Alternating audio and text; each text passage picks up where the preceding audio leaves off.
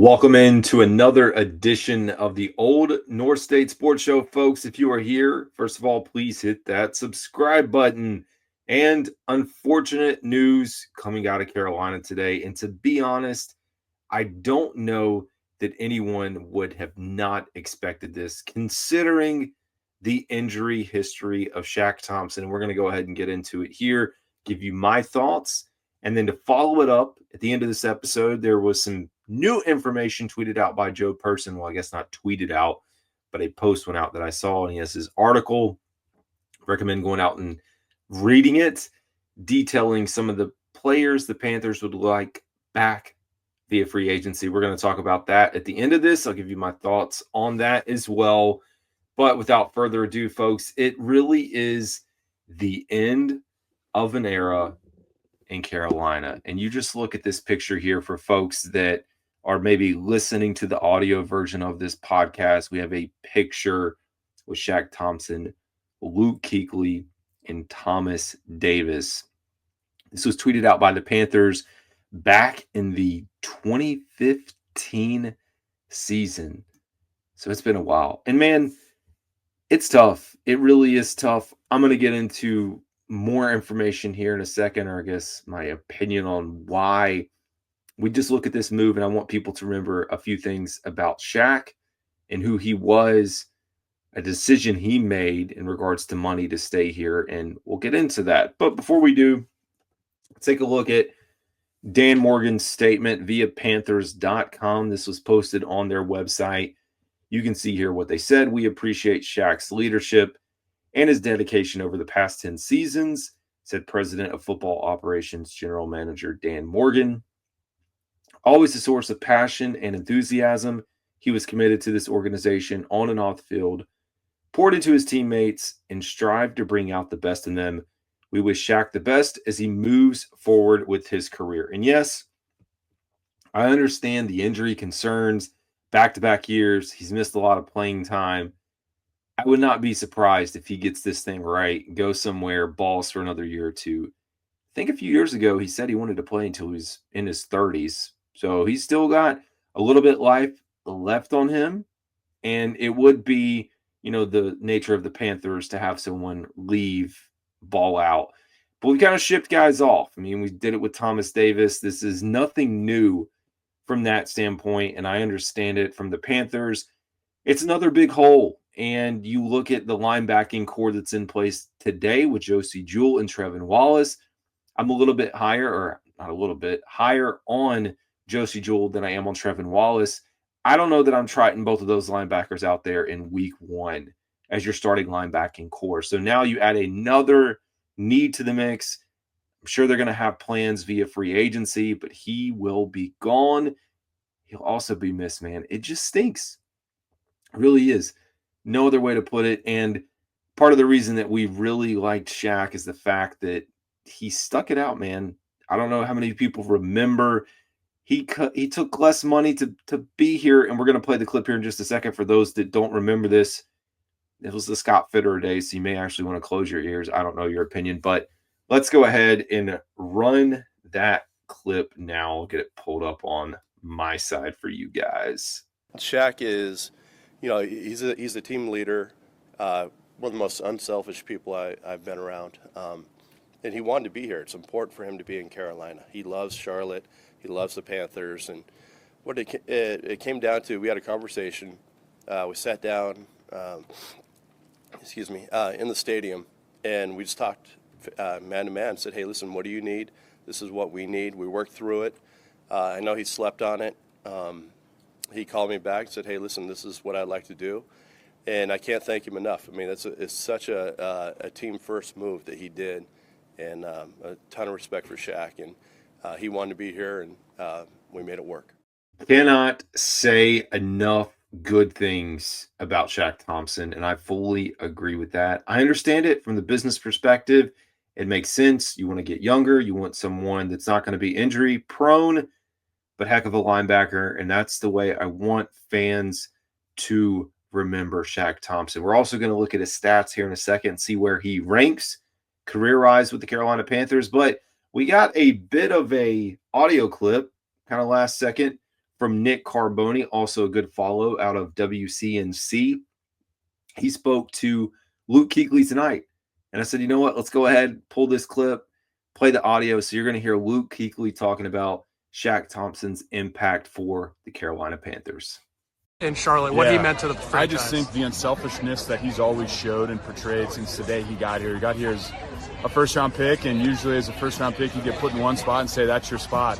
Shaq's rookie year, and even going through, his first 4 or 5 years in the NFL, he played all over the place. Obviously, with Thomas here,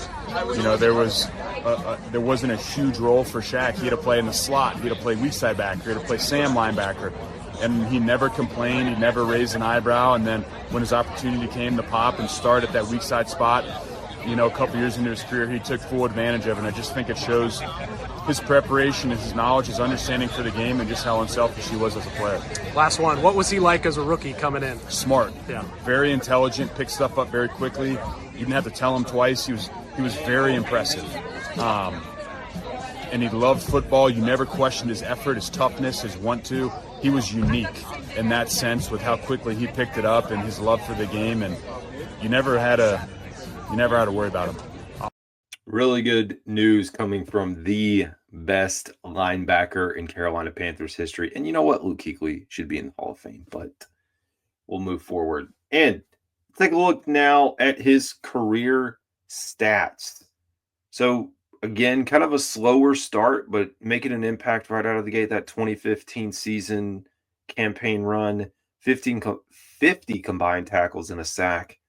Then he jumps up to 56, 61, 80, 109. The 2019 to 2022 run was really good. And then unfortunately, he goes from 109, 114, 104, 135. Total tackles each season drops down because of the injuries. And you have that in back-to-back seasons. Let's not forget, and I didn't mean to hit that too quickly, this is the end of an era. And I put together this post as I went back, and I'll read it here in just a second for those that are tuned into the live show. I went back and just looked at where he sits in Panthers history. And I knew he had to be near the top. I knew he wouldn't be over Thomas Davis or Luke Kuechly, but I was like, how close is he to being one of the best linebackers in Panthers history, at least statistically? And so we'll put it together for you. This is what I posted. Shaq Thompson's departure marks the end of an era for the Panthers' legendary linebacking core. You think about that first image I showed with Davis, Kuechly, and Thompson. It really is the end of an era. The Panthers trio of Thomas Davis, Luke Kuechly, and Shaq Thompson stands as the statistically greatest linebacker group in franchise history. I know it's a young franchise, still the best trio. Thomas Davis leads the way, holding the top spot with 1,098 combined tackles over 176 games. Luke Kuechly is right behind him at 1,090, only playing in 118 games. Again, this guy should be in the Hall of Fame. It's unreal. Shaq Thompson ranks third. You can only imagine if he had played these past 2 seasons, he would probably, let's say, 840, 940, be close to the 1,000 total tackles in the season. It stinks, man. It really does. Thompson's departure after a 10-year career marked by recent injuries leaves a void in Carolina's defense. It does. And again, I'm not saying it wasn't unexpected. This is expected. But now where do we go from here? Lots of questions. I did just preview the defense free agent class that I'd like to bring in, like the wish list. However, I understand where things sit today. Speaking of where things sit today in the state of this team, Panthers are interested in re-signing, it's talking about guys leaving, re-signing the following players, according to Joe Person of The Athletic: wide receiver David Moore, tight end Tommy Tremble, and safety Sam Franklin. So David Moore, Tommy Tremble, Sam Franklin. We're going to get into the free agent group list in here a second, so you'll have more time to digest. But that's really the list, folks.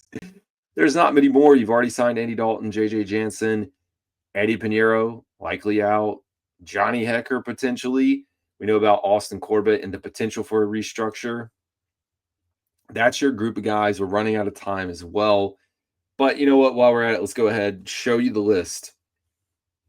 because I don't know how many folks followed me back as soon as free agency opened up, not free agency, but as soon as the season ended. We put together the list of free agents, unrestricted, exclusive rights, and restricted free agents. Now, you look at the restricted free agent list, there's a good chance that we bring some of these guys back, a Cade Mays, possibly Raheem Blackshear, maybe a Devin Tompkins. It's a little bit easier. We're really focused on the unrestricted free agents because those guys can go anywhere. Same thing with exclusive rights. Like, we have their right. So it's like you're going to be a Panther or we just move on, which is fine as well. But you're unrestricted. Again, Andy Dalton, JJ Jansen, those are the two. Shaq Thompson's out the door. Brady Christensen extended, again, giving us an option, not extended, but extended the window for us to negotiate an actual extension. So we'll see Tommy Tremble, David Moore, and Sam Franklin. So that leaves Ian Thomas, likely done. Felipe Franks, at least for now. Mike Boone, Deshaun Williams, Cam Gill. That makes sense.